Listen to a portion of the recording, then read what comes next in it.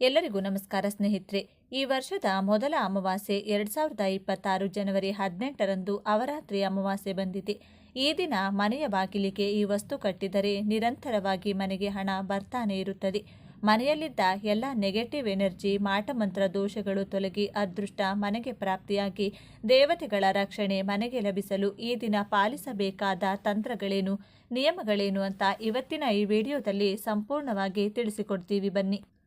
ಇನ್ನು ಈ ಒಂದು ಬೇರನ್ನ ನಿಮ್ಮ ಮನೆಗೆ ತಂದರೆ ಪಿತೃಶಾಂತಿಯಾಗುತ್ತದೆ. ಮನೆಯಲ್ಲಿ ಪಿತೃದೋಷ ಇದ್ದರೆ, ಕುಟುಂಬಕ್ಕೆ ಪಿತೃಶಾಪ ಇದ್ದರೆ ಯಾವೆಲ್ಲ ಸೂಚನೆಗಳು ಸಿಗುತ್ತವೆ, ಈ ಮಾಸದಲ್ಲಿ ಯಾವ 4 ರೂಪಗಳಲ್ಲಿ ಪಿತೃಗಳು ನಿಮಗೆ ಕಾಣಿಸಿಕೊಳ್ಳುತ್ತಾರೆಂದು ಇವತ್ತಿನ ಈ ವಿಡಿಯೋದಲ್ಲಿ ಸಂಪೂರ್ಣವಾಗಿ ತಿಳಿಸಿಕೊಡ್ತೀವಿ ಬನ್ನಿ.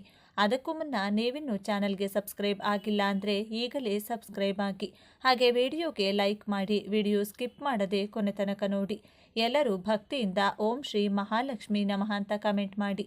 ಯಾರಿಗೆ ಜೀವನದಲ್ಲಿ ಭಯಂಕರವಾದ ಶತ್ರು ಬಾಧೆಗಳಿರುತ್ತದೋ, ರಹಸ್ಯ ಶತ್ರು, ಕಣ್ಣಿಗೆ ಕಾಣುವ ಶತ್ರುಗಳು, ಕಣ್ಣಿಗೆ ಕಾಣಿಸದ ಶತ್ರುಗಳು, ಎದುರಿನವರ ಅಸೂಹೆ, ಬ್ಲ್ಯಾಕ್ ಮ್ಯಾಜಿಕ್ ಅಂದರೆ ಮಾಟಮಂತ್ರ, ವಾಸ್ತುದೋಷ ಇವೆಲ್ಲ ಇರುತ್ತದೋ ಅವರು ಈ ಅಮಾವಾಸ್ಯೆಯ ದಿನ ಮನೆಯ ಮುಂದೆ ಬಾಗಿಲಿಗೆ ಈ ವಸ್ತುಗಳನ್ನು ಒಂದು ಬಟ್ಟೆಗೆ ಹಾಕಿ ಮೂಟೆಯ ರೀತಿ ಕಟ್ಟಬೇಕು. ನಿಮ್ಮ ಮನೆಯ ಬಾಗಿಲಿಗೆ ಕಟ್ಟಬೇಕಾದಂಥ ವಸ್ತುಗಳು ಯಾವುವೆಂದರೆ, ಒಂದು ದೊಡ್ಡ ಕೆಂಪು ಬಣ್ಣದ ಬಟ್ಟೆಯನ್ನು ತೆಗೆದುಕೊಂಡು ಆ ಬಟ್ಟೆಗೆ ಪೂರ್ಣ ಫಲ ಅಂದರೆ ಒಂದು ಸಿಪ್ಪೆ ತೆಗೆಯದ ತೆಂಗಿನಕಾಯಿ, ನಿಮ್ಮ ಕೈಮುಷ್ಟಿಯಷ್ಟು ನವಧಾನ್ಯಗಳು, ಸ್ವಲ್ಪ ಅರಿಶಿನ ಹಾಗೂ ಕುಂಕುಮ, ಚಿಕ್ಕ ಕಬ್ಬಿಣದ ತುಂಡು, ಚಿಕ್ಕ ಆಲಂ ತುಂಡು ಅಥವಾ ಸ್ಫಟಿಕ ಕಲ್ಲಿನ ತುಂಡು, 11 ಅಡಿಕೆ ಚೂರು, 11 ಕಾಳು ಮೆಣಸು ಇವೆಲ್ಲವನ್ನ ಒಂದು ಕೆಂಪು ವಸ್ತ್ರದಲ್ಲಿ ಮೂಟೆಯ ರೀತಿ ಮೂಟೆ ಗಂಟನ್ನು ಹಾಕಿ ಕಟ್ಟಬೇಕು. ನಂತರ ಮನೆಯ ಮುಂದೆ ಬಾಗಿಲಿನ ಮೇಲ್ಭಾಗದಲ್ಲಿ ಕಟ್ಟಬೇಕು. 6 ತಿಂಗಳುಗಳ ಕಾಲ ಈ ಮೂಟೆಯು ನಿಮ್ಮ ಮನೆಯ ಬಾಗಿಲಿನಲ್ಲಿರಬೇಕು. 6 ತಿಂಗಳ ನಂತರ ಹರಿಯುವ ನೀರಿನಲ್ಲಿ ಈ ಮೂಟೆಯನ್ನು ಬಿಡಬಹುದು ಅಥವಾ ದೊಡ್ಡ ದೊಡ್ಡ ಮರದ ಬುಡದ ಕೆಳಗೆ ಇಟ್ಟು ಬರಬಹುದು. ಈ ದಿನದಂದು ಅನ್ನದಾನ ಮಾಡಿದರೆ ತುಂಬ ಉತ್ತಮ. ವಸ್ತ್ರದಾನ ಮಾಡಿದರೆ ಸಮಸ್ತ ದೋಷಗಳು ದೂರವಾಗುತ್ತವೆ. ನವಧಾನ್ಯಗಳನ್ನು ದಕ್ಷಿಣೆಯ ಸಮೇತ ಬ್ರಾಹ್ಮಣರಿಗೆ ದಾನ ಮಾಡಿದರೆ ಪಾಪಗಳು ನಶಿಸಿ ಅದೃಷ್ಟ ಪ್ರಾಪ್ತಿಯಾಗುತ್ತದೆ. ಈ ದಿನ ಭೂಮಿಗೆ ಸಂಬಂಧಪಟ್ಟಂಥ ಆಸ್ತಿ ವಿಚಾರಕ್ಕೆ ಸಂಬಂಧಪಟ್ಟಂಥ ಸಮಸ್ಯೆಗಳಿದ್ರೆ, ಮನೆ ಕಟ್ಟಿಸಲು ಸಾಲ ಸಿಗಬೇಕೆಂದರೆ, ಮನೆ ಭೂಮಿ ಮಾರಾಟ ಮಾಡಲು ಆಗುತ್ತಿಲ್ಲವೆಂದರೆ ತ್ರಿಭುಜ ದೀಪವನ್ನು ಮನೆಯಲ್ಲಿ ಬೆಳಗಿಸಬೇಕು. ನಿಮ್ಮ ಮನೆಯ ದಕ್ಷಿಣ ದಿಕ್ಕಿನಲ್ಲಿ ಒಂದು ಮನೆಯ ಮೇಲೆ ಅಕ್ಕಿ ಹಿಟ್ಟಿನಿಂದ ತ್ರಿಭುಜದ ಆಕಾರ ಬರೆದು ಅದರ ಮಧ್ಯಭಾಗದಲ್ಲಿ ಒಂದು ಮಣ್ಣಿನ ದೀಪವನ್ನು ಇಟ್ಟು 9 ಕೆಂಪು ಬಣ್ಣದ ಬತ್ತಿಗಳನ್ನು ಹಾಕಿ ಎಳ್ಳೆಣ್ಣೆಯನ್ನು ಬಳಸಿ ದೀಪಾರಾಧನೆಯನ್ನು ಮಾಡಿಕೊಳ್ಳಬೇಕು. 9 ಬತ್ತಿಗಳು ದಕ್ಷಿಣ ದಿಕ್ಕಿಗೆ ನೋಡುವಂತೆ ದೀಪವನ್ನು ಬೆಳಗಿಸಬೇಕು. ಇದರಿಂದ ಭೂಲಾಭ, ಆಸ್ತಿ ಲಾಭ, ಬ್ಯಾಂಕ್ ಸಾಲಗಳು ಸಿಗುತ್ತವೆ. ಮನೆ ಕಟ್ಟಿಸುವಂಥ ಕನಸು ನನಸಾಗಲು ಹಣ ಹೊಂದಾಣಿಕೆಯಾಗುತ್ತದೆ. ಇನ್ನು ದೇವರಿಗೆ ಪೂಜೆ ಮಾಡದಿದ್ದರೆ, ದೇವರನ್ನ ಸ್ಮರಿಸುವುದನ್ನು ಮಾಡದಿದ್ದರೆ ದೇವರು ಎಂದಿಗೂ ಕೂಡ ಕೋಪಿಸಿಕೊಳ್ಳುವುದಿಲ್ಲ. ಆದರೆ ಪಿತೃಗಳ ಸ್ಮರಣೆ, ಅವರ ಕಾರ್ಯಗಳನ್ನು ಮಾಡದಿದ್ದರೆ ಪಿತೃಗಳು ಉಚಿತವಾಗಿ ಕೋಪಿಸಿಕೊಳ್ಳುತ್ತಾರೆ. ಪಿತೃದೋಷಗಳು ಇದರಿಂದ ಉಂಟಾಗುತ್ತದೆ. ಎಷ್ಟೋ ಕುಟುಂಬಗಳು ತಮ್ಮ ಮನಸ್ಸಿನಲ್ಲಿಯೇ, ಹೌದು, ನಾವು ಪಿತೃಗಳ ಕಾರ್ಯವನ್ನು ಆಗಿನಿಂದಲೂ ಸರಿಯಾಗಿ ಮಾಡಿಕೊಂಡು ಬಂದಿಲ್ಲ, ಆದರೆ ಈ ರೀತಿಯ ಕಷ್ಟವನ್ನು ನಾವು ನೋಡ್ತಾ ಇದ್ದೀವಿ ಅಂದುಕೊಳ್ಳುತ್ತಾರೆ. ಯಾರ ಕುಟುಂಬದಲ್ಲಿ ಈ ರೀತಿಯ ಸಂಕೇತಗಳು, ಸೂಚನೆಗಳು ಕಾಣಿಸಿಕೊಳ್ಳುತ್ತದೋ ಅಲ್ಲಿ ಖಚಿತವಾಗಿ ಪಿತೃಶಾಪ, ಪಿತೃದೋಷ ಇದೆ ಎಂದು ಅರ್ಥ ಮಾಡಿಕೊಳ್ಳಬೇಕು. ಯಾರ ಮನೆಯಲ್ಲಿ ಪಿತೃಶಾಪ, ಪಿತೃದೋಷ, ಪಿತೃಗಳ ಕೋಪ ಹೆಚ್ಚಾಗಿರುತ್ತದೋ ಆ ಮನೆಯ ಸದಸ್ಯರು ಎಷ್ಟೇ ನೆಮ್ಮದಿಯಾಗಿ ಜೀವನ ನಡೆಸಬೇಕು, ಎಲ್ಲ ಕಡೆಯಿಂದ ನೆಮ್ಮದಿ ಬೇಕು ಅಂತ ಬಯಸುತ್ತಾರೋ ಅವರಿಗೆ ನೆಮ್ಮದಿ ಅನ್ನೋದೇ ಪ್ರಾಪ್ತಿಯಾಗುವುದಿಲ್ಲ. ಸದಾ ಕೆಟ್ಟ ಕನಸುಗಳು, ಸದಾ ಪಿತೃಗಳು ಕನಸಿನಲ್ಲಿ ಕಾಣಿಸಿಕೊಳ್ಳುವುದು, ಪಿತೃಗಳು ನೆನಪು ಬಂದರೂ ಅದನ್ನು ಲೆಕ್ಕಿಸದೆ ಜೀವನ ನಡೆಸುವುದು, ಮಾಡಲು ಹೋದಾಗ ಪದೇ ಪದೇ ಅಪಘಾತಗಳು ಆಗುವಂಥದ್ದು, ಇದ್ದಕ್ಕಿದ್ದಂತೆ ಊಹಿಸಿದ ರೀತಿಯಲ್ಲಿ ದೇಹಕ್ಕೆ ನಿರಂತರವಾಗಿ ಪೆಟ್ಟುಗಳಾಗುವುದು. ಇದರ ಜೊತೆಗೆ ಒಂದು ವಂಶ ಎಂದರೆ ನಾನಾ ಕುಟುಂಬಗಳು ಅದರಲ್ಲಿ ಇರುತ್ತದೆ. ಆದರೆ ಕೆಲವು ಕುಟುಂಬಗಳು ಮಾತ್ರ ಶ್ರೀಮಂತಿಕೆಯನ್ನು ಪಡೆದು ಉಳಿದ ಕುಟುಂಬಗಳು ಕಷ್ಟದಲ್ಲಿಯೇ, ಬಡತನದಲ್ಲಿಯೇ ಇರುತ್ತದೆ. ಇದಕ್ಕೆ ಕಾರಣ ಪಿತೃದೋಷವಾಗಿರುತ್ತದೆ. ಪಿತೃಶಾಪಕ್ಕೆ ಗುರಿಯಾದ ಕುಟುಂಬದ ಹಳೆ ಮನೆತನ ಎಷ್ಟೇ ಶ್ರೀಮಂತಿಕೆಯಿಂದ ಬದುಕಿ ಬಾಳಿದರೂ ಕೂಡ ಈ ಕುಟುಂಬಕ್ಕೆ ಶ್ರೀಮಂತಿಕೆ ಪ್ರಾಪ್ತಿಯಾಗಿರುವುದಿಲ್ಲ. ಶ್ರೀಮಂತಿಕೆ ಎನ್ನುವುದು ಕೇವಲ ಕನಸಾಗಿಯೇ ಉಳಿದು ಬಿಡುತ್ತದೆ. ಮನೆಯಲ್ಲಿ ಸದಾ ಜಗಳಗಳು, ತಂದೆ ತಾಯಿಯರನ್ನ ಕಂಡ್ರೆ ಮಕ್ಕಳಿಗಾಗುವುದಿಲ್ಲ, ಮಕ್ಕಳನ್ನ ಕಂಡ್ರೆ ತಂದೆ ತಾಯಿಯರಿಗೆ ಆಗುವುದಿಲ್ಲ. ಹೆಂಡತಿ ಮಕ್ಕಳು, ಅಣ್ಣ ತಮ್ಮ ಎಲ್ಲರೂ ಕೂಡ ಒಬ್ಬರ ಮುಖ ಒಬ್ಬರು ನೋಡದೆ ಸದಾ ಕೋಪದಿಂದಲೇ ಜೀವನ ನಡೆಸುತ್ತಾರೆ. ಇನ್ನು ಈ ಪಿತೃಶಾಪ ಪಿತೃದೋಷ ಇದ್ದ ಕುಟುಂಬಕ್ಕೆ ಅಥವಾ ಮನೆಗೆ ಮನೆದೇವರ ಅನುಗ್ರಹ ಇರೋದಿಲ್ಲ. ಇದರಿಂದ ನಿತ್ಯ ಜೀವನದಲ್ಲಿ ನಾನಾ ರೀತಿಯಾದ ಸಮಸ್ಯೆಗಳು ಉಂಟಾಗ್ತಾ ಇರುತ್ತೆ.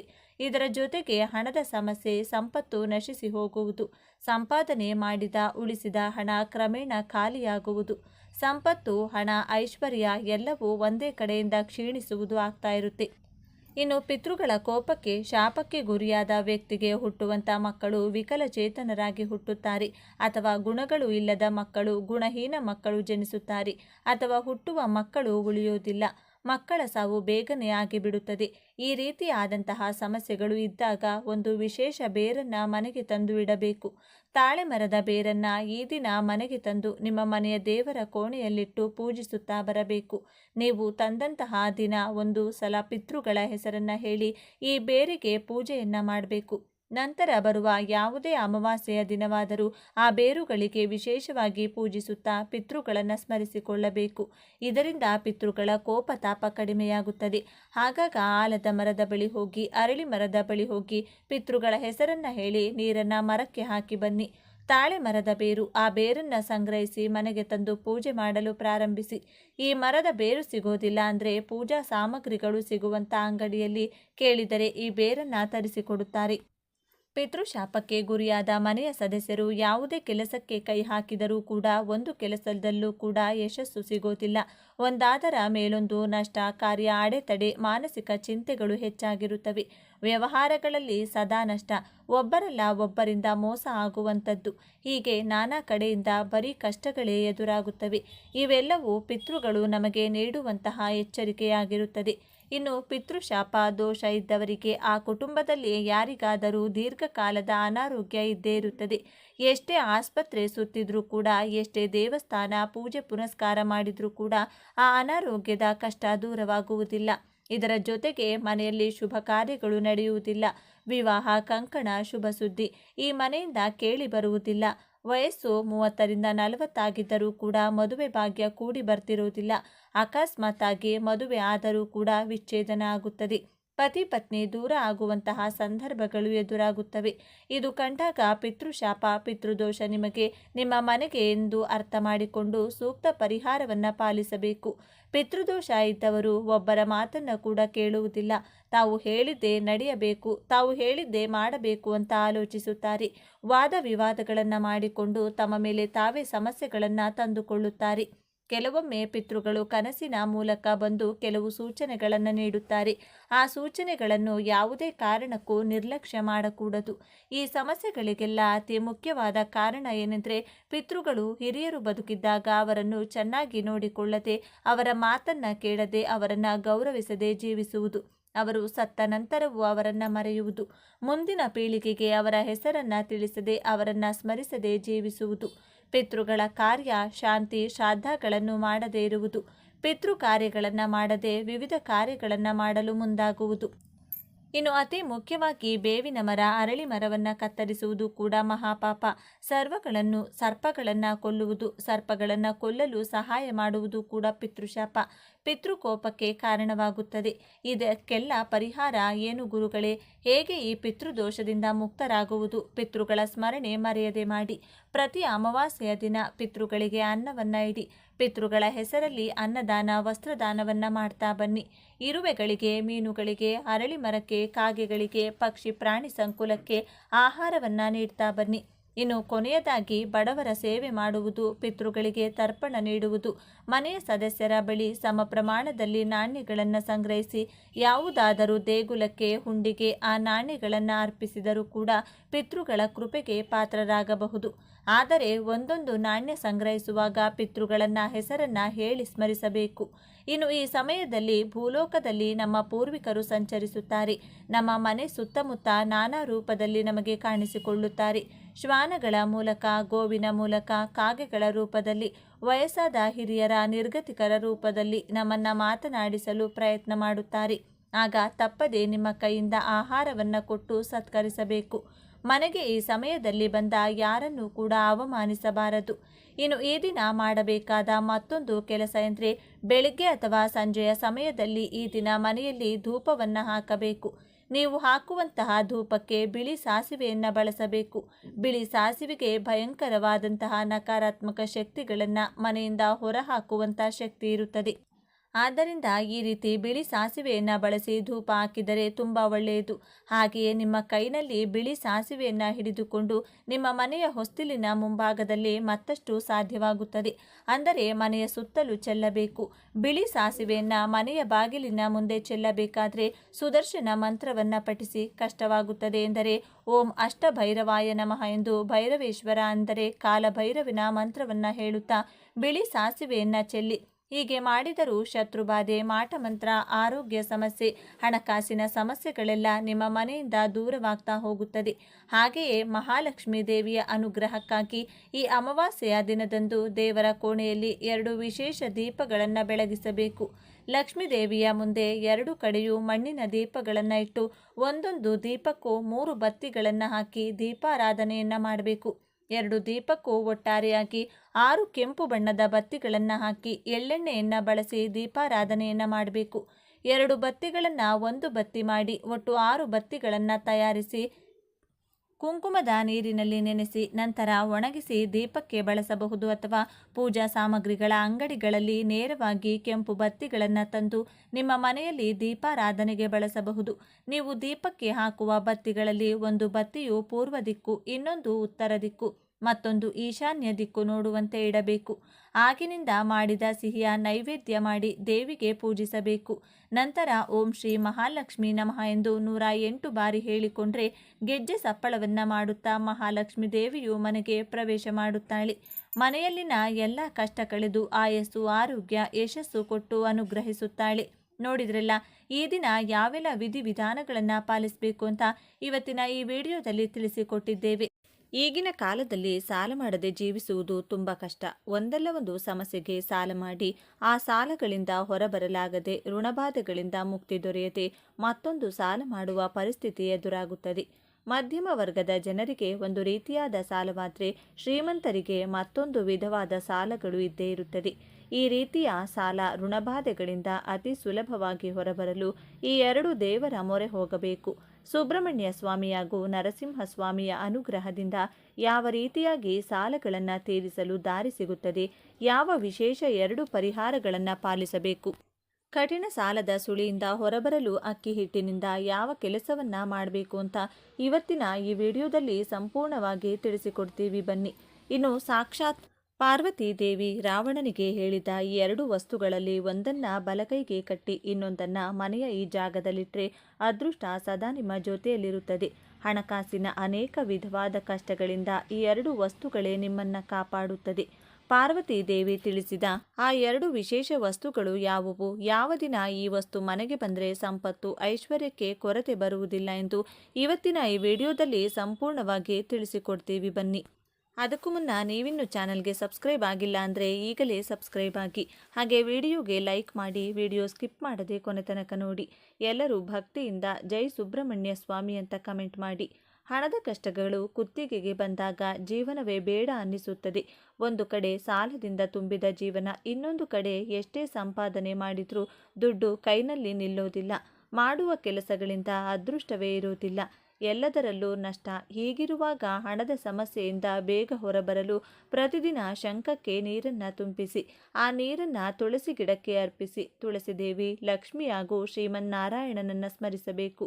ಹೀಗೆ ಮಾಡುತ್ತಾ ಬಂದರೆ ಧನಲಾಭ ಉಂಟಾಗುತ್ತದೆ.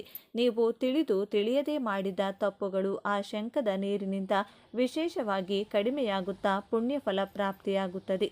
ಅದೃಷ್ಟ ನಿಮ್ಮ ಜೊತೆಗೆ ಇರುತ್ತದೆ.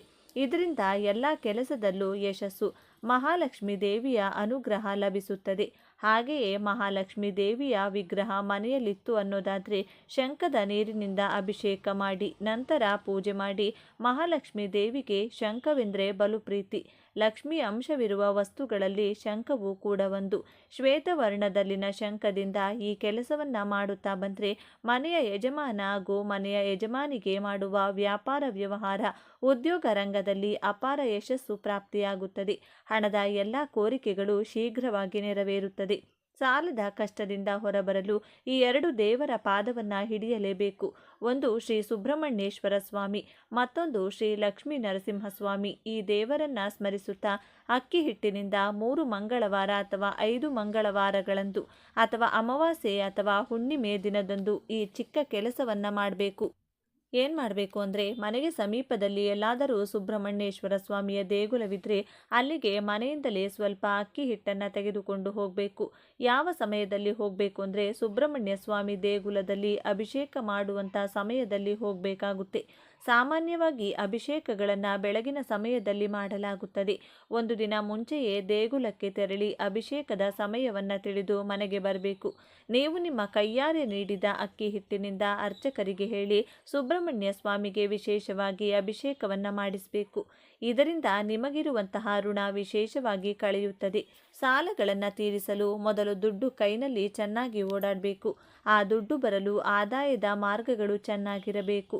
ಒಂದು ಕೆಲಸದಿಂದ ವ್ಯಾಪಾರದಿಂದ ಬರಬೇಕಾದ ಹಣದಿಂದ ಹೀಗೆ ಒಂದಲ್ಲ ಒಂದು ಆದಾಯದ ಮಾರ್ಗ ಚೆನ್ನಾಗಿತ್ತು ಅಂದರೆ ಸಾಲಗಳನ್ನು ತೀರಿಸಲು ದಾರಿಯಾಗುತ್ತದೆ. ಅಕ್ಕಿ ಹಿಟ್ಟಿನಿಂದ ಅಭಿಷೇಕ ಮಾಡಿಸಿದ ನಂತರ ಸುಬ್ರಹ್ಮಣ್ಯೇಶ್ವರ ಸ್ವಾಮಿ ದೇಗುಲದಲ್ಲಿ ಒಂದು ವಿಶೇಷ ದೀಪವನ್ನು ಬೆಳಗಿಸಬೇಕು. ಒಂದು ದೊಡ್ಡ ಮಣ್ಣಿನ ದೀಪಕ್ಕೆ 9 ಬತ್ತಿಗಳನ್ನು ಬಿಡಿ ಬಿಡಿಯಾಗಿ ಕೂರಿಸಿ ಎಳ್ಳೆಣ್ಣೆಯನ್ನು ವಿಶೇಷವಾಗಿ ದೀಪಾರಾಧನೆ ಮಾಡಿಕೊಳ್ಬೇಕು. ಸುಬ್ರಹ್ಮಣ್ಯ ಸ್ವಾಮಿ ಅಷ್ಟಕವನ್ನು ದೇಗುಲದಲ್ಲಿ ದೀಪದ ಮುಂದೆ ಕುಳಿತುಕೊಂಡು ಪಠಿಸಿ ಅಥವಾ ಕೇಳಿ. ನಂತರ ಸುಬ್ರಹ್ಮಣ್ಯ ಸ್ವಾಮಿಗೆ 9 ಪ್ರದಕ್ಷಿಣೆಯನ್ನು ಮಾಡಬೇಕು. ಮೊದಲನೆಯದಾಗಿ ಅಕ್ಕಿ ಹಿಟ್ಟಿನ ಅಭಿಷೇಕ, ಎರಡನೆಯದು ದೀಪಾರಾಧನೆ, ಮೂರನೆಯದು ಪ್ರದಕ್ಷಿಣೆ. ಇವಿಷ್ಟನ್ನು ಸಾಲದ ಸಮಸ್ಯೆ, ಹಣದ ಸಮಸ್ಯೆ ತೀರಲೆಂಬ ಸಂಕಲ್ಪದಿಂದ ಮಾಡಬೇಕಾಗುತ್ತದೆ. ಸುಬ್ರಹ್ಮಣ್ಯ ಸ್ವಾಮಿಯ ದರ್ಶನ ಮಾಡುತ್ತಾ ದೇಗುಲದಲ್ಲಿ ಸ್ವಲ್ಪ ಕಾಲ ಕುಳಿತು, ತಂದೆ, ನಿನ್ನನ್ನು ನಂಬಿ ನಾನು ಇಲ್ಲಿಗೆ ಬಂದಿದ್ದೇನೆ. ನನ್ನೆಲ್ಲ ಹಣದ ಕಷ್ಟಗಳನ್ನು ಕಳೆದು ಸಾಲಗಳೆಲ್ಲ ಬೇಗ ತೀರುವಂತೆ ಅನುಗ್ರಹಿಸು ಎಂದು ಭಕ್ತಿ ಭಾವದಿಂದ ಬೇಡಿಕೊಳ್ಬೇಕು. ಈ ನಿಯಮವನ್ನು, ಈ ಕೆಲಸಗಳನ್ನು ನೀವು 3 ಮಂಗಳವಾರ ಅಥವಾ 5 ಮಂಗಳವಾರ ಮಾಡಬೇಕು. ಅಥವಾ ಹುಣ್ಣಿಮೆ ಅಥವಾ ಅಮಾವಾಸ್ಯೆ ದಿನ ಮನೆಯ ಯಜಮಾನನ ಪರವಾಗಿ ಮನೆಯ ಯಜಮಾನಿ ಈ ಕೆಲಸವನ್ನು ಮಾಡಬಹುದು. ಇಲ್ಲ, ಸಾಲ ಹೆಚ್ಚಿದ್ದವರು ನೀವೇ ಖುದ್ದಾಗಿ ಹೋಗಿ ಈ 3 ವಿಶೇಷ ಕೆಲಸಗಳನ್ನು ಸುಬ್ರಹ್ಮಣ್ಯ ಸ್ವಾಮಿಯ ಆಲಯದಲ್ಲಿ ಮಾಡಿ ಬನ್ನಿ. ಇದರಿಂದ ಶೀಘ್ರವಾಗಿ ಹಾಗೂ ಹಂತ ಹಂತವಾಗಿ ಸಾಲಗಳಿಂದ ಮುಕ್ತಿ ದೊರೆತು ಹಣದ ಏಳಿಗೆ ಅನ್ನೋದು ಆಗ್ತಾ ಹೋಗುತ್ತೆ. ಇನ್ನು ಎರಡನೆಯದಾಗಿ ಶ್ರೀ ಲಕ್ಷ್ಮೀ ನರಸಿಂಹಸ್ವಾಮಿಯ ಆಲಯಕ್ಕೆ ತೆರಳಿ ಈ ಒಂದು ನಿಯಮವನ್ನು ಪಾಲಿಸಬೇಕಾಗುತ್ತದೆ. ಏನು ಮಾಡಬೇಕು ಅಂದರೆ, 3 ಅಥವಾ 5 ಮಂಗಳವಾರಗಳಂದು ಲಕ್ಷ್ಮೀ ನರಸಿಂಹಸ್ವಾಮಿಗೆ ತುಳಸಿ ದಳಗಳಿಂದ ಅರ್ಚನೆ ಮಾಡಿಸಬೇಕು. ಅಥವಾ ತುಳಸಿ ದಳಗಳಿಂದ ಲಕ್ಷ್ಮೀ ನರಸಿಂಹಸ್ವಾಮಿಯ ವಿಗ್ರಹಕ್ಕೆ ಅಭಿಷೇಕದ ರೀತಿ ಮಾಡಿಸಬೇಕು. ತುಳಸಿ ಮಾಲೆಯನ್ನು ನರಸಿಂಹಸ್ವಾಮಿಗೆ ನಿಮ್ಮ ಕೈಯಾರೆ ನೀಡಿ 9 ಪ್ರದಕ್ಷಿಣೆಯನ್ನು ಮಾಡಿಕೊಳ್ಬೇಕು. ಓಂ ನಮೋ ನರಸಿಂಹಾಯ ಎಂಬ ಮಂತ್ರವನ್ನು ಪ್ರದಕ್ಷಿಣೆ ಮಾಡಿಕೊಳ್ಬೇಕಾದ್ರೆ ಹೇಳಿಕೊಳ್ಬೇಕು. ನರಸಿಂಹ ದೇಗುಲದಲ್ಲೂ ಕೂಡ 9 ಬತ್ತಿಗಳ ದೀಪಾರಾಧನೆಯನ್ನು ಎಳ್ಳೆಣ್ಣೆಯಿಂದ ಮಾಡಬೇಕಾಗುತ್ತದೆ. ದೀಪಾರಾಧನೆ ಮಾಡುವಾಗ ಲಕ್ಷ್ಮೀ ನರಸಿಂಹ ವಿಶೇಷ ಸ್ತೋತ್ರವಿದೆ, ಅದನ್ನು ಪಠಿಸಿ ಅಥವಾ ಕೇಳಿ. ಇದರಿಂದ ಭೂಮಿ, ಆಸ್ತಿ, ಹಣ, ಆರೋಗ್ಯ, ಕುಟುಂಬ ಎಂಥದ್ದೇ ಸಮಸ್ಯೆಗಳಿದ್ದರೂ ಕೂಡ ಕಳೆದು ಋಣಬಾಧೆಗಳಿಂದಲೂ ವಿಶೇಷವಾಗಿ ಮುಕ್ತಿ ಸಿಗುತ್ತದೆ. ಸಾಲಗಳು ಕಳೆಯಬೇಕು, ಹಣಕಾಸಿನ ಕಠಿಣ ಕಷ್ಟಗಳಿಂದ ಹೊರಬರಬೇಕೆಂದು ಲಕ್ಷ್ಮೀ ನರಸಿಂಹಸ್ವಾಮಿ ದೇವರನ್ನ ನೋಡುತ್ತಾ ಭಕ್ತಿಯಿಂದ ಕೇಳಿಕೊಳ್ಳಿ.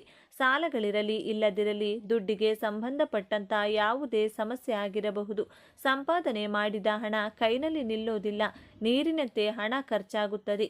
ಹಣಕಾಸಿನ ವಿಷಯಕ್ಕೆ ಮನೆಯಲ್ಲಿ ಸದಾ ಜಗಳಗಳು ನಡೆಯುತ್ತದೆ. ದುಡ್ಡಿನ ಸಮಸ್ಯೆಗಳಿಂದ ನಮಗೆ ಗೌರವ ಸಿಗ್ತಾ ಇಲ್ಲ. ಕೈನಲ್ಲಿ ದುಡ್ಡು ಚೆನ್ನಾಗಿ ಓಡಾಡಬೇಕು, ಹಣದ ಏಳಿಗೆ ಆಗಬೇಕು ಅಂದರೂ ಕೂಡ ಈ 2 ವಿಶೇಷ ಪರಿಹಾರವನ್ನು ಪಾಲಿಸಬೇಕು. ಸಾಧ್ಯವಾಗುತ್ತದೆ ಅಂದರೆ ಸುಬ್ರಹ್ಮಣ್ಯ ಸ್ವಾಮಿಗೆ ಅಕ್ಕಿ ಹಿಟ್ಟಿನಿಂದ ಅಭಿಷೇಕವನ್ನು 5 ಮಂಗಳವಾರ ಮಾಡಿಸಿ. ಇಲ್ಲ, ಸುಬ್ರಹ್ಮಣ್ಯ ಸ್ವಾಮಿ ಹಾಗೂ ಲಕ್ಷ್ಮೀ ನರಸಿಂಹಸ್ವಾಮಿ ಇಬ್ಬರಿಗೂ ಒಂದೇ ದಿನದಂದು ಅಭಿಷೇಕ ಹಾಗೂ ತುಳಸಿಯ ಅರ್ಚನೆಯನ್ನು ಮಾಡಿಸ್ತೀವಿ ಅಂದರೆ ಅದನ್ನು ಕೂಡ ಮಾಡಬಹುದು. ಸಾಕ್ಷಾತ್ ಪಾರ್ವತಿ ದೇವಿಯು ರಾವಣನಿಗೆ 2 ಶಕ್ತಿಶಾಲಿಯಾದಂಥ ಪರಿಹಾರಗಳನ್ನು ತಿಳಿಸಿದ್ರು. ಆ 2 ಪರಿಹಾರಗಳನ್ನು ರಾವಣನು ತನ್ನ ಪತ್ನಿಯಾದ ಮಂಡೋದರಿಗೆ ತಿಳಿಸಿದ್ದನು. ಆ 2 ಪರಿಹಾರಗಳಲ್ಲಿ ಮೊಟ್ಟ ಮೊದಲನೆಯ ಪರಿಹಾರ ಯಾವುದೆಂದರೆ ಬಾಳೆ ಎಲೆಯನ್ನು ಮನೆಗೆ ತರಬೇಕು. ಆ ಎಲೆಯನ್ನು ಚಿಕ್ಕದಾಗಿ ಕತ್ತರಿಸಿ ಶಿವ ಪಾರ್ವತಿಯರ ಮುಂದಿಟ್ಟು ಪೂಜಿಸಬೇಕು. ನಂತರ ಒಂದು ಹಳದಿ ಬಣ್ಣದ ಬಟ್ಟೆಯನ್ನು ಕಟ್ಟಿ ನಿಮ್ಮ ಬಲಗೈಗೆ ಕಟ್ಟಿಕೊಳ್ಬೇಕು. ನೀವು ಪೂಜೆ ಮಾಡಿದ ಬಾಳೆ ಎಲೆಯ ಚಿಕ್ಕ ಭಾಗವನ್ನು ಹಳದಿ ವಸ್ತ್ರಕ್ಕೆ ಹಾಕಿದ ಮೇಲೆ ಅದನ್ನು ಚಿಕ್ಕದಾಗಿ ಕಟ್ಟಿ ಒಂದು ತಾಯ್ತದ ಒಳಗೆ ಸೇರಿಸಿ ಅರಿಶಿನದ ದಾರದಿಂದ ನಿಮ್ಮ ಬಲಗೈಗೆ ತೋಳಿನಲ್ಲಿ ಕಟ್ಟಬೇಕು. ಈ ಒಂದು ವಸ್ತು ನಿಮ್ಮನ್ನು ಹಣದ ಸಮಸ್ಯೆಯಿಂದ ನರಳುವುದನ್ನು ತಪ್ಪಿಸುತ್ತದೆ. ಸದಾ ನಿಮ್ಮ ಜೊತೆ ಅದೃಷ್ಟ ದೈವ ಬಲ ಇರುವಂತೆ ಮಾಡುತ್ತದೆ. ಬಲತೋಳಿಗೆ ಈ ತಾಯ್ತವನ್ನು ಕಟ್ಟಿಕೊಳ್ಬಹುದು. ಈ ಪರಿಹಾರವನ್ನು ಒಂದು ಸಲ ಮಾಡಿ ನೋಡಿ. ನಿಮ್ಮೆಲ್ಲ ಸಾಲಗಳು ಒಂದೊಂದಾಗಿ ತೀರುತ್ತಾ ಬರುತ್ತದೆ. ಹಣದ ಖರ್ಚುಗಳು ಕಡಿಮೆಯಾಗಿ ಆದಾಯದ ಮಾರ್ಗಗಳು ತೆರೆಯುತ್ತವೆ. ಸರ್ವರಂಗದಲ್ಲೂ ಯಶಸ್ಸು ನಿಮ್ಮದಾಗುತ್ತದೆ. ಆದರೆ ಈ ಪರಿಹಾರವನ್ನು ರಹಸ್ಯವಾಗಿ ಮಾಡಬೇಕು. ಕೈಗೆ ಈ ತಾಯ್ತ ಕಟ್ಟಿಕೊಳ್ಳುವ ತನಕ ಯಾರೊಂದಿಗೂ ಮಾತನಾಡಬಾರದು. ಈ ಪರಿಹಾರ ಮಾಡುತ್ತಾ ಕೈಗೆ ಕಟ್ಟಿದ ತಾಯ್ತದ ಶಕ್ತಿ ಕಡಿಮೆಯಾಗುತ್ತಿದೆ ಎಂದಾಗ ಯಾವುದಾದರೂ ಮರಕ್ಕೆ ಆ ತಾಯ್ತವನ್ನು ಕಟ್ಟಿ ಮತ್ತೆ ಹೊಸ ತಾಯ್ತವನ್ನು ನೀವು ಸಿದ್ಧಿ ಮಾಡಿಕೊಳ್ಬೇಕು. ಇನ್ನು ಎರಡನೆಯದಾಗಿ ಪಾರ್ವತಿ ದೇವಿಯು ರಾವಣನಿಗೆ ತಿಳಿಸಿದಂತಹ ಮತ್ತೊಂದು ಪರಿಹಾರ ಯಾವುದೆಂದರೆ ದರ್ಬೆ ಕಡ್ಡಿಗಳನ್ನು ಮನೆಗೆ ತರಬೇಕು. ಗ್ರಹಣ ಕಾಲದಲ್ಲಿ ಬಳಸುವ ದರ್ಬೆಯನ್ನು ಮನೆಗೆ ತಂದು ಒಂದು ವಿಶೇಷ ವಿಧಾನವನ್ನು ಪಾಲಿಸಬೇಕು. ದರ್ಬೆ ಕಡ್ಡಿಯನ್ನು ಒಂದು ಕೆಂಪು ಬಣ್ಣದ ವಸ್ತ್ರಕ್ಕೆ ಮೂಟೆಯ ರೀತಿ ಕಟ್ಟಿ ನಿಮ್ಮ ಮನೆಯ ದೇವರ ಕೋಣೆಯಲ್ಲಿಟ್ಟು ಧೂಪವನ್ನು ತೋರಿಸಬೇಕು. ನೀವು ಇಟ್ಟಂತಹ ದರ್ಬೆಯ ಮೂಟೆ ನಿಮ್ಮ ಮನೆಯ ದೇವರ ಕೋಣೆಯಲ್ಲಿಯೇ ಶಾಶ್ವತವಾಗಿರಬೇಕು.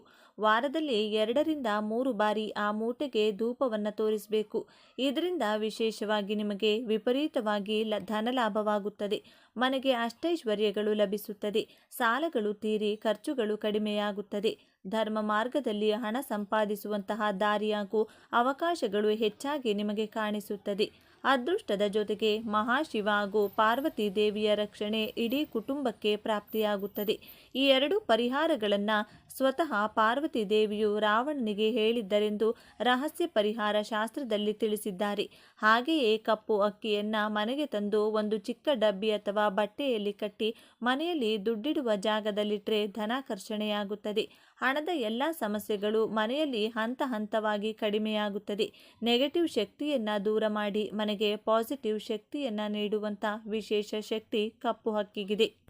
ಇನ್ನು ಕಷ್ಟಪಟ್ಟು ದುಡಿಯುವ ಕಾರ್ಮಿಕರಿಗೆ ಶನಿವಾರದ ದಿನದಂದು ಅನ್ನ ಹಾಕಬೇಕು. 7 ಜನರಿಗೆ ಶನಿವಾರದ ದಿನದಂದು ಅನ್ನದಾನ ಮಾಡಿದರೆ ಸಕಲ ದಾರಿದ್ರ್ಯಗಳು ದೂರವಾಗಿ ಅದೃಷ್ಟ ಚೆನ್ನಾಗಿ ಕೂಡಿ ಬರುತ್ತದೆ. ಹಣದ ನಷ್ಟಗಳಿಂದ ಸಾಲಗಳಿಂದ ಜೀವನ ಸಾಕಾಗಿದ್ದರೆ 7 ಶನಿವಾರಗಳಂದು ಈ ಕೆಲಸವನ್ನು ಮಾಡಿ ನೋಡಿ. ಜೀವನ ಸಂಪೂರ್ಣ ಬದಲಾಗುತ್ತದೆ. 7 ಶನಿವಾರ ಮುಗಿಯುವುದರೊಳಗಾಗಿ ಒಂದೊಂದೇ ಹಣದ ಅದೃಷ್ಟವನ್ನು ನೀವು ನೇರವಾಗಿ ಕಾಣಬಹುದು. ಇನ್ನು ಕೊನೆಯದಾಗಿ ನೀವು ಮಾಡಬೇಕಾದ ಕೆಲಸ ಎಂದರೆ ಶನಿವಾರದ ದಿನದಂದು ನಿಮ್ಮ ಮನೆಯ ಬಾಗಿಲಿನ ಮುಂಭಾಗದಲ್ಲಿ ಮಣ್ಣಿನ ದೀಪವನ್ನು ಇಟ್ಟು ಆ ದೀಪಕ್ಕೆ ಸಾಸಿವೆ ಎಣ್ಣೆಯನ್ನು ಹಾಕಬೇಕು. ದೀಪಕ್ಕೆ 3 ಬತ್ತಿಗಳನ್ನು ಬಿಡಿಬಿಡಿಯಾಗಿ ಕೂರಿಸಿ ದೀಪಾರಾಧನೆಯನ್ನು ಮಾಡಿಕೊಳ್ಬೇಕು. ದೀಪ ಸಂಪೂರ್ಣ ಉರಿದ ನಂತರ ಆ ದೀಪದಲ್ಲಿ ಉಳಿಯುವಂತಹ ಸಾಸಿವೆ ಎಣ್ಣೆಯನ್ನು ಅರಳಿ ಮರದ ಬುಡಕ್ಕೆ ಹಾಕಿ ಬರಬೇಕು. ಬೆಳಿಗ್ಗೆ ದೀಪವನ್ನು ಹಚ್ಚಬೇಕು. ಸಂಜೆ ಸಮಯದಲ್ಲಿ ದೀಪದಲ್ಲಿ ಉಳಿಯುವಂತಹ ಸಾಸಿವೆ ಎಣ್ಣೆಯನ್ನು ಅರಳಿ ಮರಕ್ಕೆ ಹಾಕಿ ಬರಬೇಕು. ಹೀಗೆ 8 ಶನಿವಾರ ಮಾಡಬೇಕು. ದೀಪದಲ್ಲಿ ಎಣ್ಣೆ ಉಳಿಯದಿದ್ದರೂ ಬಾಗಿಲಿನ ಮುಂದೆ ಸಾಸಿವೆ ಎಣ್ಣೆಯಿಂದ ದೀಪ ಹಚ್ಚಿದರೂ ಸಾಕು. ಈ ವಿಶೇಷ ದೀಪಾರಾಧನೆಯಿಂದ ನಿಮ್ಮ ಮನೆಯಲ್ಲಿನ ಬಡತನ ದೂರವಾಗಿ ಅದೃಷ್ಟ ಐಶ್ವರ್ಯ ಸದಾ ನಿಮ್ಮೊಂದಿಗಿರುತ್ತದೆ. ಯಾವುದೇ ಪರಿಹಾರ ಮಾಡಬೇಕಾದ್ರೂ ಮೊದಲು ನಂಬಿಕೆ ಹಾಗೂ ಶ್ರದ್ಧೆ ಇರಬೇಕು. ನಂಬಿಕೆಯಿಂದ ಈ ಪರಿಹಾರಗಳನ್ನು ಮಾಡಿ ನೋಡಿ. ಸ್ನಾನದ ನೀರಿಗೆ ಯಾವ ವಸ್ತುವನ್ನು ಬೆರೆಸಿ ಸ್ನಾನವನ್ನು ಮಾಡಬೇಕು, ದೇವರ ಪೂಜೆ ಹೇಗಿರಬೇಕು, ಯಾವ ದೇವರ ದರ್ಶನವನ್ನ ಮಾಡಿದರೆ ವರ್ಷ ಪೂರ್ತಿ ದೈವ ಬಲ ಎಲ್ಲ ಕ್ಷೇತ್ರದಲ್ಲೂ ಯಶಸ್ಸು ಪ್ರಾಪ್ತಿಯಾಗುತ್ತದೆ, ಅದೃಷ್ಟ ಕೂಡಿ ಬಂದು ಕಷ್ಟಗಳಿಂದ ಮುಕ್ತಿ ದೊರೆಯುತ್ತದೆ. ಇನ್ನು ಈ ದಿನ ಮನೆಯ ಯಜಮಾನ ಅಥವಾ ಮನೆಯ ಯಜಮಾನಿ ಈ ವಿಶೇಷ ದಾನಗಳನ್ನು ಮಾಡೋದ್ರಿಂದ ಜನ್ಮ ಜನ್ಮಗಳ ದಾರಿದ್ರ್ಯ ದೂರವಾಗುತ್ತದೆ. ಈಗ ಅನುಭವಿಸುತ್ತಿರುವಂತಹ ಹಣದ ಕಷ್ಟ, ಅನಾರೋಗ್ಯದ ಸಮಸ್ಯೆ, ಮಾನಸಿಕ ವ್ಯಥೆ, ಸಾಲದ ಸುಳಿಯಿಂದ ಸುಲಭವಾಗಿ ಹೊರಬರಬಹುದು. ಈ ದಿನ ಯಾವ ವಿಶೇಷ ದಾನಗಳನ್ನು ಮಾಡಬೇಕು, ಮನೆಗೆ ಯಾವ ಒಂದು ವಸ್ತುವನ್ನು ತಂದರೆ ಅದ್ಭುತವಾಗಿ ಮನೆಯ ಏಳಿಗೆ ಆಗುತ್ತೆ ಅಂತ ಇವತ್ತಿನ ಈ ವಿಡಿಯೋದಲ್ಲಿ ಸಂಪೂರ್ಣವಾಗಿ ತಿಳಿಸಿಕೊಡ್ತೀವಿ. ಬನ್ನಿ. ಅದಕ್ಕೂ ಮುನ್ನ ನೀವಿನ್ನೂ ಚಾನಲ್ಗೆ ಸಬ್ಸ್ಕ್ರೈಬ್ ಆಗಿಲ್ಲ ಅಂದರೆ ಈಗಲೇ ಸಬ್ಸ್ಕ್ರೈಬ್ ಆಗಿ, ಹಾಗೆ ವಿಡಿಯೋಗೆ ಲೈಕ್ ಮಾಡಿ, ವಿಡಿಯೋ ಸ್ಕಿಪ್ ಮಾಡದೆ ಕೊನೆ ತನಕ ನೋಡಿ. ಎಲ್ಲರೂ ಭಕ್ತಿಯಿಂದ ಓಂ ನಮಃ ಶಿವಾಯ ಅಂತ ಕಮೆಂಟ್ ಮಾಡಿ. ಈ ದಿನ ಮಾಡುವಂಥ ವಿಶೇಷ ಸ್ನಾನದಿಂದ 1000 ಗೋದಾನ ಮಾಡಿದ ಪುಣ್ಯಫಲ ಪ್ರಾಪ್ತಿಯಾಗುತ್ತದೆ. ಈ ಸ್ನಾನದಿಂದ 1000 ಅಶ್ವಮೇಧ ಯಾಗ ಮಾಡಿದಂಥ ಪುಣ್ಯಫಲ ಲಭಿಸುತ್ತದೆ ಎಂದು ಪುರಾಣಗಳು ಹೇಳುತ್ತವೆ. ಈ ದಿನ ಮನೆಯ ಸದಸ್ಯರು ಹೇಗೆ ಸ್ನಾನ ಮಾಡಬೇಕೆಂದು ನೋಡೋದಾದರೆ, ತೈಲ ಸ್ನಾನವನ್ನು ಮಾಡಬೇಕು. ಅಂದರೆ ಎಳ್ಳೆಣ್ಣೆಯನ್ನು ಸಂಪೂರ್ಣವಾಗಿ ದೇಹಕ್ಕೆ ಹಚ್ಚಿಕೊಂಡು ಮನೆಯ ಸದಸ್ಯರು ಸ್ನಾನವನ್ನು ಮಾಡಿಕೊಳ್ಬೇಕು. ಇದು ಸಾಧ್ಯವಾಗದಿದ್ದರೆ ಸ್ನಾನದ ನೀರಿಗೆ ಸ್ವಲ್ಪ ಎಳ್ಳನ್ನು ಬೆರೆಸಿ ಸ್ನಾನ ಮಾಡಬೇಕು. ಇಲ್ಲವಾದರೆ ಎಳ್ಳಿನ ಪುಡಿಯನ್ನು ದೇಹಕ್ಕೆ ಹಚ್ಚಿಕೊಂಡು ನಂತರ ಸ್ನಾನವನ್ನು ಮಾಡಬೇಕು. ಸ್ನಾನ ಆದ ನಂತರ ವಿಷ್ಣು ದೇವರ ದರ್ಶನ ಜೊತೆಗೆ ಶಿವನ ದರ್ಶನವನ್ನು ಮಾಡಿದರೆ ತುಂಬಾ ಉತ್ತಮ. ಈ ದಿನ ಯಾವ ದೇವರನ್ನು ಕೂಡ ನೋಡಲು ಸಾಧ್ಯವಾಗಲಿಲ್ಲವೆಂದು ಲಿಂಗಸ್ವರೂಪಿ ಶಿವನ ದರ್ಶನ ಮಾಡಿದರೆ ಎಲ್ಲ ಪಾಪಗಳಿಂದ ಮುಕ್ತಿ ದೊರೆಯುತ್ತದೆ.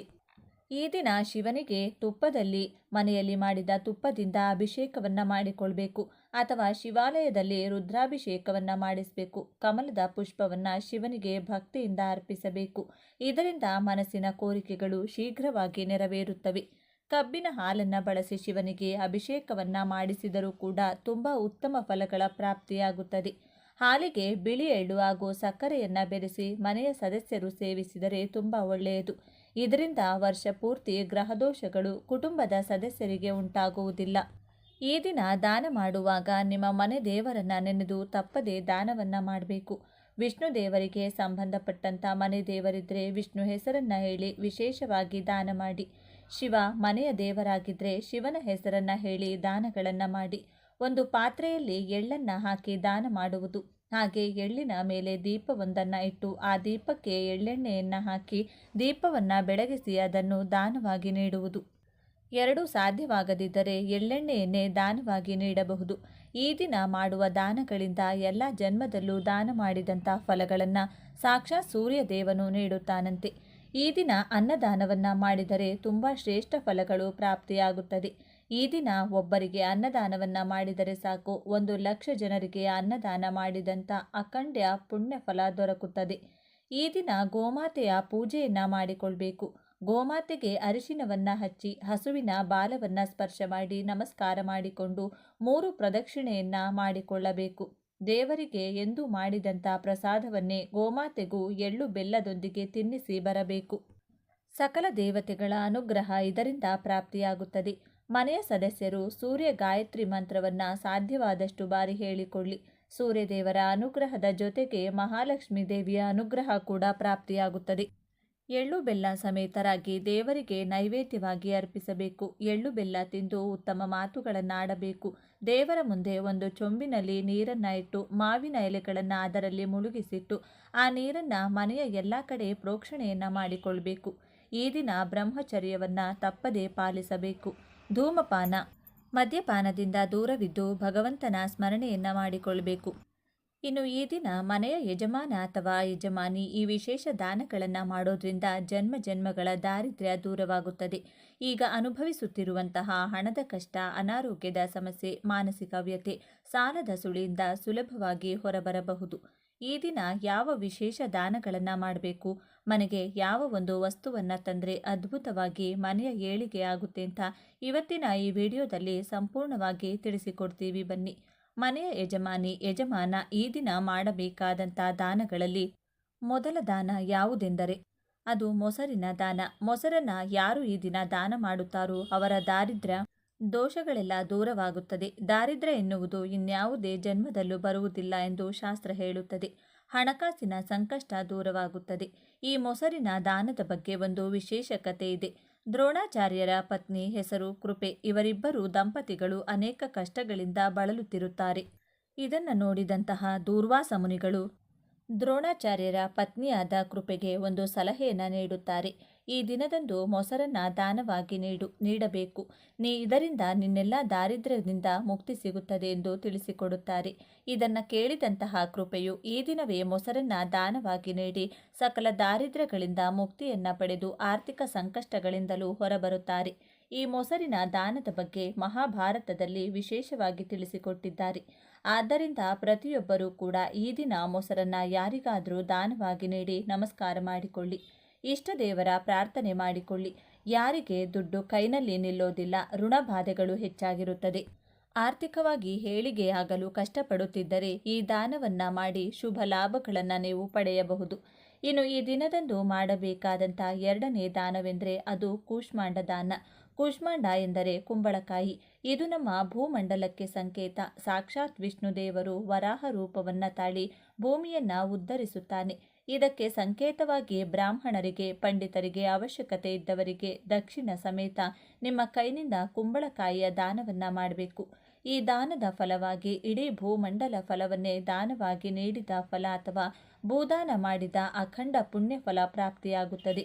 ಭೂಮಿಗೆ ಸಂಬಂಧಪಟ್ಟಂತ ಕನಸು, ಮನೆ ಕಟ್ಟಲು ಇರುವಂಥ ಕನಸು ನನಸಾಗಿ ಸ್ವಂತ ಮನೆ ಪ್ರಾಪ್ತಿಯಾಗುತ್ತದೆ. ಕೆಲವರಿಗೆ ಮನೆಯನ್ನ ಕಟ್ಟಿಸೋಕೆ ನಾನಾ ಅಡೆತಡೆಗಳು, ವಿಘ್ನಗಳು ಎದುರಾಗುತ್ತಲೇ ಇರುತ್ತದೆ. ಸೈಟ್ ಇದ್ದರೂ ಕೂಡ ಸಮಸ್ಯೆ ಆಗ್ತಕ್ಕಂಥದ್ದು, ಮನೆ ಅರ್ಧಕ್ಕೆ ಕಟ್ಟಿದ ನಂತರ ದುಡ್ಡು ಕಾಸಿಗೆ ಕಷ್ಟ ಆಗ್ತಕ್ಕಂಥದ್ದು. ಈ ರೀತಿ ವಿಘ್ನಗಳು ಬಾರದಿರಲು ಈ ದಿನ ಕುಂಬಳಕಾಯಿಯ ದಾನವನ್ನ ನೀಡಬೇಕು. ಇನ್ನು ಮೂರನೆಯದಾಗಿ ಈ ದಿನ ಮಾಡಬೇಕಾದಂತಹ ದಾನ ಎಂದರೆ ಅದು ಗೋವಿನ ಚಿಕ್ಕ ಬೊಂಬೆ ಹಾಗೂ ಕಪ್ಪು ಎಳ್ಳು. ಈ ಎರಡನ್ನು ಸೇರಿಸಿ ಈ ದಿನ ಶಿವ ದೇಗುಲದಲ್ಲಿ ಪ್ರದೋಷ ಕಾಲದಲ್ಲಿ ಅಂದರೆ ಸಂಜೆಯ ಸಮಯದಲ್ಲಿ ಯಾರಿಗಾದರೂ ದಾನವಾಗಿ ನೀಡಬೇಕು. ಇದರಿಂದ ಗ್ರಹಗಳ ಅನುಕೂಲತೆ ಅಥವಾ ಗ್ರಹಗಳ ಶಾಂತಿಯಾಗುತ್ತದೆ. ಎಷ್ಟೋ ಜನರಿಗೆ ಜಾತಕ ದೋಷಗಳಿಂದ, ಗ್ರಹ ದೋಷಗಳಿಂದ ಸರಿಯಾದ ಕೆಲಸ ಸಿಗೋದಿಲ್ಲ. ಮದುವೆಯಾಗಲು ನಾನಾ ಕಷ್ಟಗಳು, ಸಂತಾನ ಸಮಸ್ಯೆಗಳು, ಮನೆ, ಹಣಕಾಸು ಹೀಗೆ ಒಂದಲ್ಲ ಒಂದು ಕಷ್ಟಗಳು ಕಾಡ್ತಾ ಇರುತ್ತದೆ. ಅಂದುಕೊಂಡಂತಹ ಕೆಲಸಗಳು ಆಗ್ತಾ ಇರೋದಿಲ್ಲ. ಯಶಸ್ಸು ತೀರಾ ಕಡಿಮೆ ಇರುತ್ತದೆ. ಅಂಥವರು ಸಂಜೆ ಸಮಯದಲ್ಲಿ ಗೋಮಾತೆಯ ಚಿಕ್ಕ ವಿಗ್ರಹ ಅಥವಾ ಮಣ್ಣಿನ ಬೊಂಬೆಯ ಜೊತೆಗೆ 1 kgಯಷ್ಟು ಕಪ್ಪು ಎಳ್ಳನ್ನು ಸೇರಿಸಿ ದಾನವಾಗಿ ನೀಡಬೇಕು. ಇದರಿಂದ ಮನಸ್ಸಿನ ಕೋರಿಕೆಗಳು ಈಡೇರುತ್ತವೆ. ಸಾಮಾನ್ಯವಾಗಿ ಕೆಲವು ಕಡೆ ಎಳ್ಳಿನಿಂದ ಗೋವಿನ ರೂಪವನ್ನು ತಯಾರಿಸಿ ಅದನ್ನೇ ದಾನವಾಗಿ ನೀಡುತ್ತಾರೆ. ಆದರೆ ಎಲ್ಲರಿಗೂ ಈ ರೀತಿಯಾದಂತಹ ಎಳ್ಳಿನಿಂದ ಗೋಮಾತೆಯ ಬೊಂಬೆ ದಾನ ಮಾಡಲು ಸಾಧ್ಯವಾಗುವುದಿಲ್ಲ. ಆದ್ದರಿಂದ ಗೋವಿನ ಬೊಂಬೆಯ ಜೊತೆಗೆ ಕಪ್ಪು ಎಳ್ಳನ್ನ ದಾನವಾಗಿ ನೀಡಬೇಕು.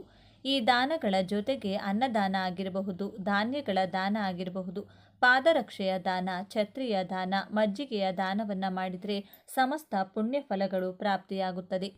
ಈ ದಾನಗಳ ಜೊತೆಗೆ ಗೋಮಾತೆಗೆ ಸಿಹಿ ಜೊತೆ ನಿಮ್ಮ ಮನೆಯ ಎಳ್ಳು ಬೆಲ್ಲವನ್ನ ಸ್ವಲ್ಪ ಬೆರೆಸಿ ನಿಮ್ಮ ಕೈನಿಂದ ತಿನ್ನಿಸಿ 3 ಪ್ರದಕ್ಷಿಣೆಯನ್ನ ಮಾಡಿ ನಮಸ್ಕಾರ ಮಾಡಿಕೊಳ್ಬೇಕು.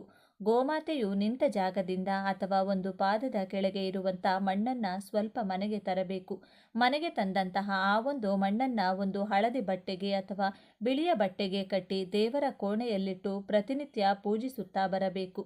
ಇದರಿಂದ ಮನೆಯಲ್ಲಿನ ಎಲ್ಲ ದೃಷ್ಟಿ ದೋಷಗಳು, ದಾರಿದ್ರ್ಯ ದೋಷಗಳು ದೂರವಾಗಿ ಮನೆಯ ಅಭಿವೃದ್ಧಿಯಾಗುತ್ತದೆ.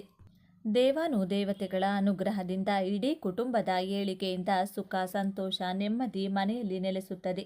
ನೋಡಿದ್ರಲ್ಲ, ಈ ದಿನ ಯಾವ ವಿಶೇಷ ದಾನಗಳನ್ನು ಮಾಡಬೇಕು, ಗೋಮಾತೆಗೆ ಯಾವ ವಿಧವಾಗಿ ಪೂಜೆಯನ್ನು ಮಾಡಬೇಕು ಅಂತ ಇವತ್ತಿನ ಈ ವಿಡಿಯೋದಲ್ಲಿ ಕೊಟ್ಟಿದ್ದೀವಿ. ಈ ಮಾಹಿತಿ ನಿಮಗೆ ಇಷ್ಟವಾದರೆ ತಪ್ಪದೇ ನಿಮ್ಮ ಇಷ್ಟ ದೇವರ ಹೆಸರನ್ನು ಬರೆದು ಈ ವಿಡಿಯೋನ ಪ್ರತಿಯೊಬ್ಬರಿಗೂ ಕೂಡ ಶೇರ್ ಮಾಡಿ. ಮುಂದಿನ ವಿಡಿಯೋದಲ್ಲಿ ಈ ದಿನ ಸ್ನಾನವನ್ನು ಯಾವ ರೀತಿಯಾಗಿ ಮಾಡಿಕೊಳ್ಬೇಕು, ಪೂಜಾ ವಿಧಾನ ಹೇಗಿರಬೇಕು ಅಂತ ಸರಳವಾಗಿ ತಿಳಿಸಿಕೊಡ್ತೀವಿ. ಧನ್ಯವಾದಗಳು ಸ್ನೇಹಿತರೆ.